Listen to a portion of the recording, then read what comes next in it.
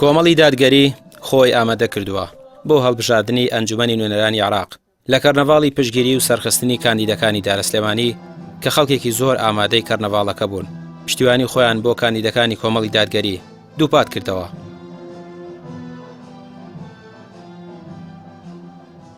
لە بازنەی دووی سلێمانی تەنها مرواری محەممەد کاندیدی ژمارە 33 کۆمەڵە.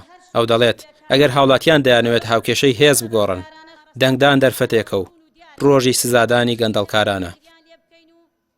بەڕاستی گومانی تێدانی ئەمە فرسەتێکی زۆر باشە. خەڵکی هەمیشە گلەی هەیە لە دەسەڵات، بەڵام کاتێک دەنگدانێک دێتە پێشەوە ئەگەر ئەو ئامادە نەبێ بەڕاستی بچێت دەنگێک بدا ئەی چۆن داوای گۆڕانکاری دەکا. کەواتە ئەگەر بتەوێت گۆڕانکاری بەرپاکەی بەڕاستی دەبێت بچیتە سەر سندوقەکانی دەنگدان و دەنگ بدەیت. ئەگەر نابێ گلەیی بکەیت تۆ کاتێک گلەیی دەکەی لە دەسەڵاتێک کە بە دەنگەکانی بە دەنگی ئەو هاوڵاتیان نەچۆتە سەر حکم. بۆیە دەکرێت لە ڕۆژی دەیدەدا بەڕاستی هاوڵاتیان هەڵوێستی خۆیان هەبێ ئەمما فەی خۆیان دەستەبەر بکەن و بچن بۆ سەر سندوقەکانی دەنگدان. لەم کەرنەڤاڵەدا کە لە سلێمانی ڕێکخرا بوو هەمووان پشتگیریەکانیان بۆ مرواری محەممەدا. هەوادارانی کۆمەڵ دەڵێن بە دەنگدان دەتوانن گۆڕانکاری بکەن، دەتوانن ئەو کەسولانانە سزا بدەن لە ڕابردوو خۆیان پڕ کردووە و خەڵکیان قڕ کردووە.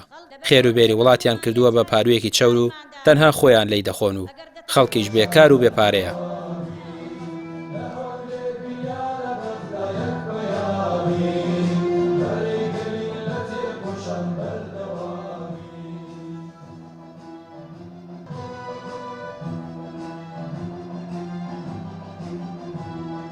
هەڵبژاردن شتێکی زۆر شەرعیە.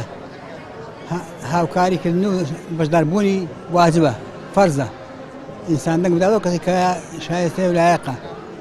ئەگەر ئینسان نەچوو گونەحبارە چونکە دەنگەکەی ئەدۆڕێ و بۆ ئێشی کەوتی ئەمریکا ناحەزە خوا بەفەرزیە. هەموو مسلمانێک پێویستە ئامادە بێت و دەنگ بدا بە کەسی لایەق و شایستە و ڕێک و پێک و باش. وەکو خۆمداوە لە خەڵکی هەرێمی کوردستانەکەم لە ڕۆژی 10 ئۆکتۆبەرە بچنە سەر سندوقەکانی دەنگدان و دەنگی خۆیان بن بۆ ئەوی مافی خۆیان بەدەست بێنن و ئەو سیاسەتەی کە بەتایبەت دوو حیزمە حکومڕانەکەی هەرێمی کوردستان لە ماوەی چەند ساڵی ڕابردوو بە بەرنامە کاریان کردووە لەسەر لاوازکردنی ئینتیما بۆ بەژاریکردن لە پرۆسەیەکی و بۆ پرۆسەی هەڵبژاردن کە پرۆسەیەکی چارەنووسسازە و هەروەها ئێستا کە بۆ نمونە هەڵبژاردننی پەرلەمانی عێراقا ڕێژەی کورد با بڵێن دیاریە کات لە با بڵێن پەرلەمانی عێراق بە بەشداری نەکردنی خەڵکی هەرێمی کوردستان بەو قەیرانانەی کە ساڵانی پێش هەرێمی کوردستانە هەبووە و ئەو لاوازکردنی ئینتیمایە وانە کات کە خەڵکی هەرێمی کوردستان لاواز بن.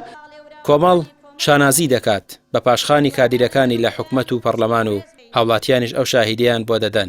کاندیدەکان بەڵێنیش دەدەن لە پەرلەمانی عێراقیش کار بکەن بۆ چەسپاندنی مافەکانی کورد. ڕامیار عوسمان، کەناڵی پێام، سلێمانی.